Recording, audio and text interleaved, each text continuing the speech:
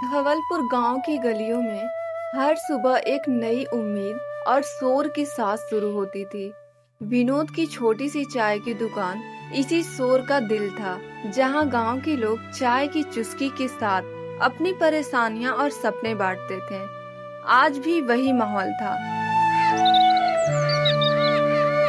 अबे विनोद, देख तो अपनी जिंदगी को, साली घिसट घिसट के चल रही है। सुबह से शाम हो जाती है, जेब में वही 10-20 रुपये। और उधर देख, लाला दीनदयाल की दुकान। पहले एक शटर था, आज 3 शटर हो गए। नई गाड़ी भी ले ली उसने। उसकी नई गाड़ी की चमक मेरी आंखों में चुभ रही है। तो क्या हुआ? उसने 20 साल अपनी गद्दी पर रगड़ी है शेखर, तब जाकर कुछ बना है। तू भगवान का शुक्र कर कि 2 रोटी मिल तो रही है। अरे कितने लोग हैं जिन्हें वो भी नसीब नहीं। बस यही तो मुझे नहीं करना, गद्दी पर नहीं रगड़नी। अरे मेहनत तो गधा भी करता है, क्या वो राजा बन जाता है? आज का जमाना दिमाग का है भाई। एक आइडिया, बस एक, और जिंदगी जन्नत। ऐसा आइडिया जो रातों रात किस्मत बदल दे। शेखर के दिमाग में हमेशा कुछ न कुछ नया पकता रहता था, मगर उसकी हर नई योजना पिछले से भी ज्यादा अजीब होती थी। विनोद को भी पता था कि शेखर की बातें हवा हवाई हैं, लेकिन फिर भी वह उसकी हर बात सुनता था। शायद शेखर के सपनों में उसे अपनी खुद की दबी हुई उम्मीद नजर आती थी। ले चाय पी और दिमाग ठंडा रख। फिर कोई सट्टे का नंबर सूझा है क्या? पिछली बार वाले 2000 अभी तक दिए नहीं तूने।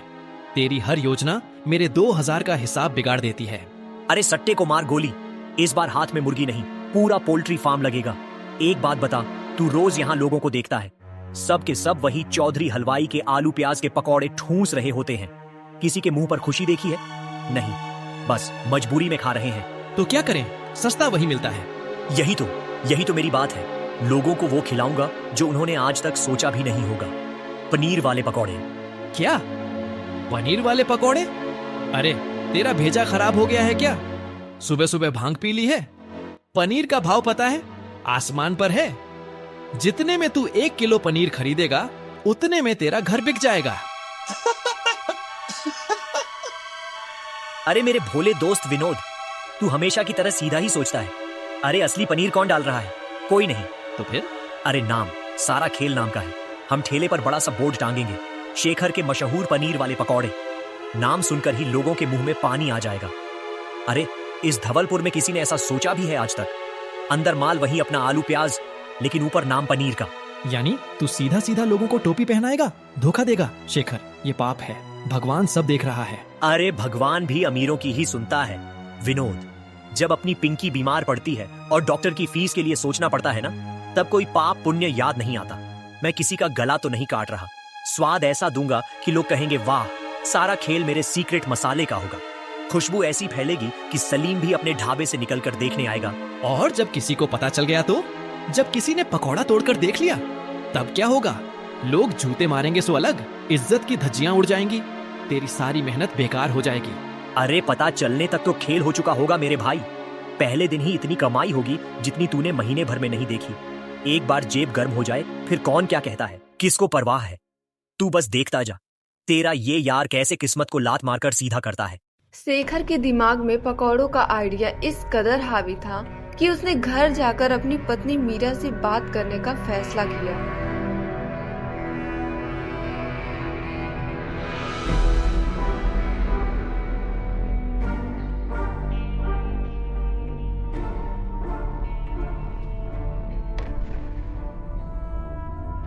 मीरा, जो एक शांत और मेहनती औरत थी, अपने पति की जल्दबाजी वाली योजनाओं से परेशान रहती थी। उसने पिछली बार मुर्गियां पालने का अनुभव देखा था।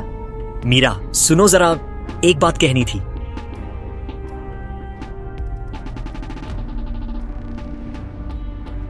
हाँ कहिए, अब क्या नया सोच लाए हैं?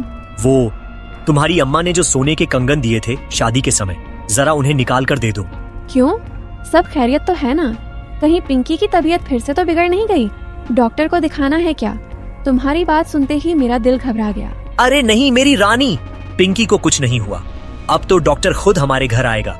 तुम्हारा मियाँ कोई मामूली आदमी थोड़ी है। मैंने सोचा है कि एक नया काम शुरू करूं। बस थोड़ी सी लागत चाहिए। एक बार धंधा चल पड़ा ना तो मैं तुम्हें सोने से तौल दूंगा। तब तुम्हें ये छोटे मोटे कंगन की भी याद नहीं रहेगी। कौन सा नया काम? पिछली बार मुर्गियों का धंधा करने निकले थे, याद है? पूरे गांव के सामने हंसी उड़ गई थी और ऊपर से मेरे मायके के दिए कंगन भी बिक गए थे। क्या तुम्हें वो दिन भूल गए? घर चलाना मुश्किल हो गया था। अरे औरत, तुम हमेशा पुरानी बातें लेकर क्यों बैठ जाती हो? इंसान अगर एक बार गिर जाए तो क्या फिर उठेगा ही नहीं? उस बार किस्मत ने साथ नहीं दिया, लेकिन इस बार मैं बहुत सोच समझकर कदम उठा रहा हूँ। तो बताओ, इस बार ठेला किस चीज का लगाने वाले हो? साफ साफ कहो। वो पकौड़ों का ठेला लगाने की सोचा है। बहुत बढ़िया पकौड़े बेचूंगा। लोग उधर से निकलेंगे, खुशबू सूंघते ही खिंचते चले आएंगे। पकौड़ों का ठेला? सोचा तो अच्छा है, पर सोच से ज्यादा पेट आग लगाता है शेखर। पिछली बार की तरह अगर ये सपना भी टूटा तो। मीरा ने उस रात शेखर से कुछ और नहीं कहा, पर उसके दिल में डर बैठ गया था। अगली शाम जब शेखर पकौड़े बनाने की तैयारी कर रहा था तो उसकी खुफिया योजना की सच्चाई सामने आने लगी। उसकी किचन में एक अजीब सी महक फैल रही थी। या अल्लाह, ये कैसी गंध है? ये मेरा सीक्रेट मसाला है बेगम। जादू है जादू। चक्को तो जरा।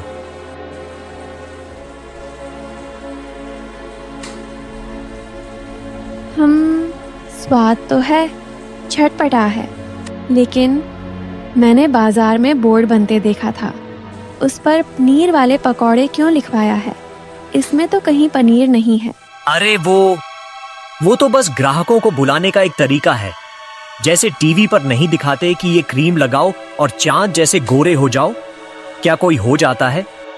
बस कहने की बातें हैं। कहने की बातों में और सीधे सीधे झूठ बोलने में फर्क होता है। आप लोगों को धोखा देंगे? जब कोई खाएगा और पूछेगा कि पनीर कहाँ है तो क्या जवाब देंगे? हमारी कितनी बेइज्जती होगी। कोई बेइज्जती नहीं होगी। पैसा आता है तो सारी इज्जत अपने आप आ जाती है। तुम औरतों को बस रोना धोना आता है। मुझे पिंकी का भविष्य बनाना है। ये टूटा फूटा घर ठीक करवाना है। ये सब तुम्हारी ईमानदारी के भाषणों से नहीं होगा। चुपचाप मेरा साथ दो, वरना मुझे जो करना है मैं वो करूंगा ही। अगले दिन शेखर ने अपने ठेले को बाजार के चौराहे पर सजाया। पनीर वाले पकौड़े का बोर्ड दूर से ही लोगों को अपनी ओर खींच रहा था। शेखर की मार्केटिंग का जादू चल रहा था। लोग उत्सुकता से आ रहे थे और शेखर के नए पकौड़ों का स्वाद ले रहे थे। ठेले पर ग्राहकों की भीड़ देखकर शेखर का सीना गर्व से फूल गया। उसे लगा कि उसकी योजना कामयाब हो रही है।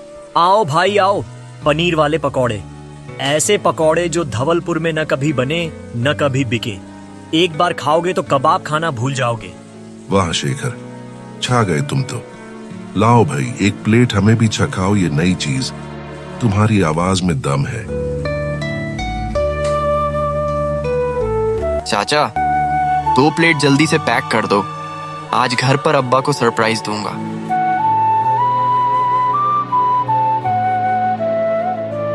पनीर वाले पकौड़े इस 2 कौड़ी के शेखर के ठेले पर। चल जरा देखें कौन सा जिन्न हाथ लग गया है इसके। शेखर के पकौड़ों की तारीफें हो रही थी और उसका गल्ला नोटों से भर रहा था। वह खुशी से फूले नहीं समा रहा था, मगर यह खुशी ज्यादा देर तक टिकने वाली नहीं थी। हर पकौड़े के साथ उसकी झूठ की इमारत भी बन रही थी। भाई वाह, मजा आ गया। मसाले तो एकदम शाही हैं। सच कहूं तो ऐसा स्वाद तो मैंने मेले में भी नहीं चखा। लगता है हाथ में बड़ी महारत है तुम्हारे।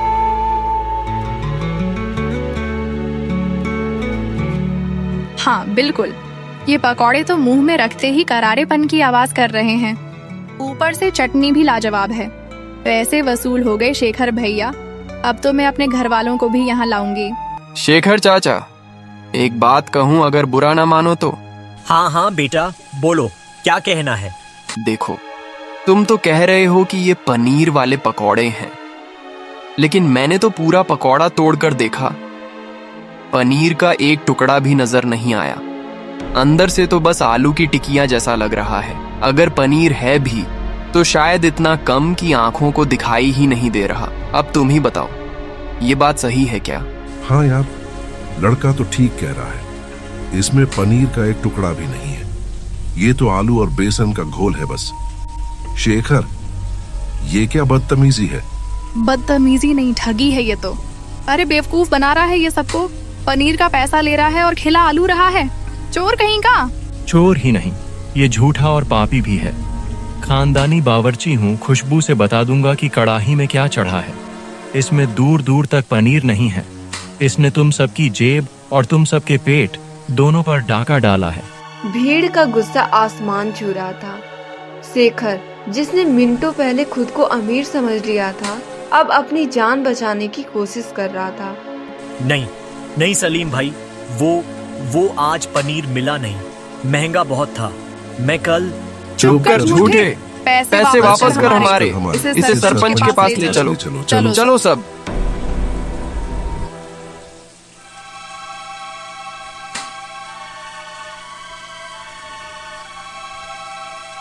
धवलपुर की पंचायत में बरगद के पेड़ के नीचे ठाकुर बलवंत सिंह का फैसला ही कानून होता था। उनकी आवाज में गंभीरता थी और उनकी आंखों में न्याय की चमक। आज उनके सामने शेखर खड़ा था, वही शेखर जो कुछ घंटों पहले अपनी किस्मत पर इतरा रहा था। वह अपनी हार स्वीकार कर चुका था। उसके चेहरे पर शर्मिंदगी और डर था। सिर उठाओ शेखर, जो हमने सुना क्या वो सच है? जी सरपंच जी, मेरी बेटी बीमार रहती है। उसके इलाज के लिए मैं लालच में आ गया था। अपनी बेटी का बहाना मत बनाओ। क्या हमारे बच्चे नहीं हैं? अगर तेरे इन घटिया मसालों से किसी को कुछ हो जाता तो? ये सिर्फ ठगी नहीं, ये जहर बेचने जैसा है सरपंच जी। ठाकुर साहब, इसने हम जैसे मेहनत करने वाले बावर्चियों की नाक कटवा दी।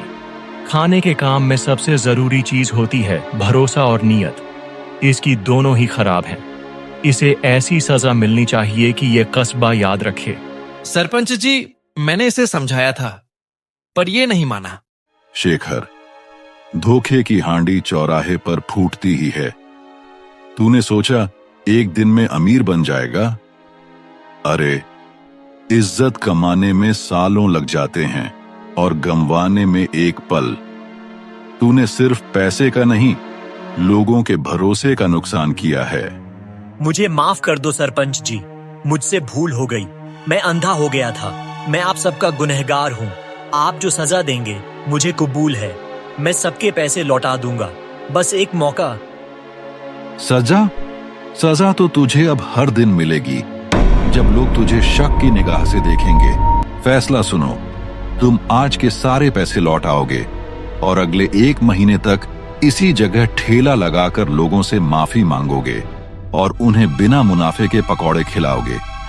तुम्हें हर ग्राहक को अपनी गलती बतानी होगी। लोगों का भरोसा वापस कमाओ, यही तुम्हारा प्रायश्चित है।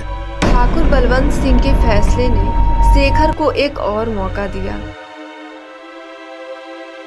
अगले दिन शेखर हर सुबह अपने ठेले पर जाता और लोगों से माफी मांगता। पहले तो लोग उसे शक की निगाह से देखते थे, मगर धीरे धीरे उसकी ईमानदारी देखकर उनका दिल पिघलने लगा। उसकी आवाज में अब घमंड नहीं बल्कि विनम्रता थी।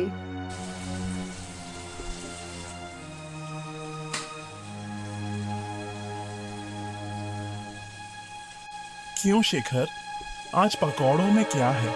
आलू और प्याज है भाई साहब, ईमानदारी की मेहनत के साथ। चल एक प्लेट लगा दे।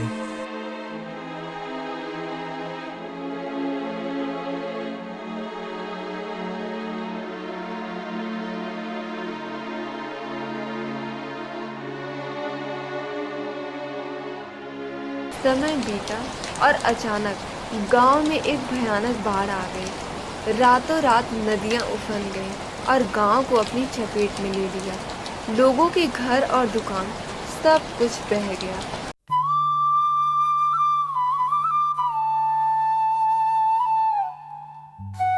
शेखर ने इंसानियत का सबसे बड़ा सबक सीखा।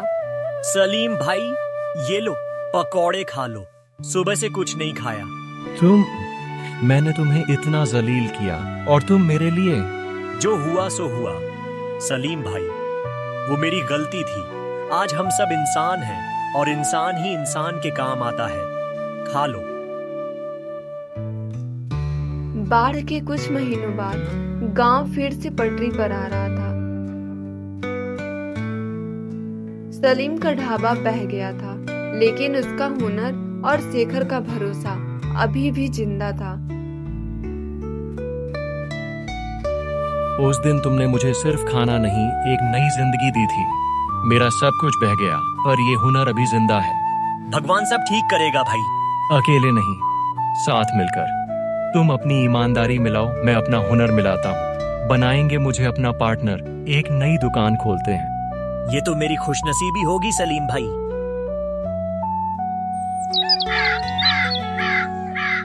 आज धवलपुर के बाजार में एक नई दुकान थी, जिस पर लिखा था शेखर और सलीम के पकौड़े। दोनों दोस्त अब मिलकर काम कर रहे थे और उनकी दुकान पर हमेशा ग्राहकों की भीड़ लगी रहती थी।